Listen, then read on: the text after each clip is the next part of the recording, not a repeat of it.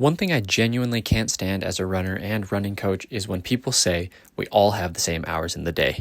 Yes, from a literal sense, we all have the same 24 hours. I get it. But let's not pretend like we're all dealt the same cards. Some running creators can be really inspirational. And I don't think that's necessarily me, and that's okay. Instead, what I try and provide is just a realistic view of a father of three doing his best. His best to become a better runner, his best to spend time with his family, and his best to provide for that family, both through a full-time job as well as content and coaching. So here's how I'm fitting it all in. Typically up by 5, and I'm trying to get out the door by 5:30. But if I'm being honest, that's been pretty rough lately with daylight savings. Regardless, most of my running is done before 7 a.m. when my son wakes up for school.